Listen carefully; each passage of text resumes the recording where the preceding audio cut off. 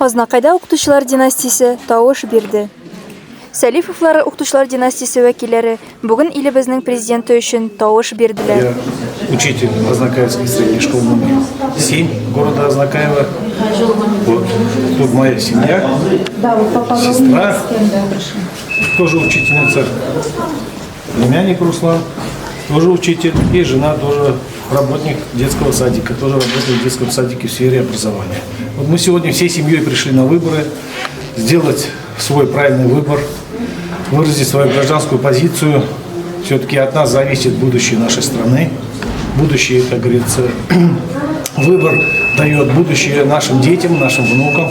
Поэтому мы выразили и выбрали своего президента. У нас, если мама и папа, папа, брат, и потом вот сестра, я, сын, племянник Руслан вот, Галин, еще свой потом сын. жена, тоже педагог, ЦДТ работала, сейчас в садике работает.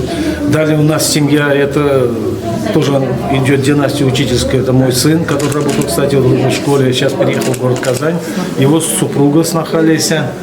Вот, и общий у нас штат педагогической династии 146 лет. Начиная с папы, он у нас мастер строительного дела был, работал в училище, мама учителем истории и литературы в училище, сестра учитель химии, брат учитель технологии, я учитель физкультуры, тренер и ОБЖ.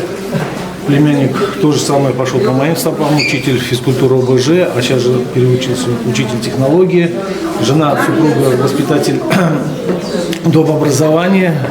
Вот, сын тоже по моим стопам, это он у нас тоже учитель физической культуры ОБЖ, сейчас в Казанской школе, в 186-м лицее, и сноха учительница начальных классов и английского языка.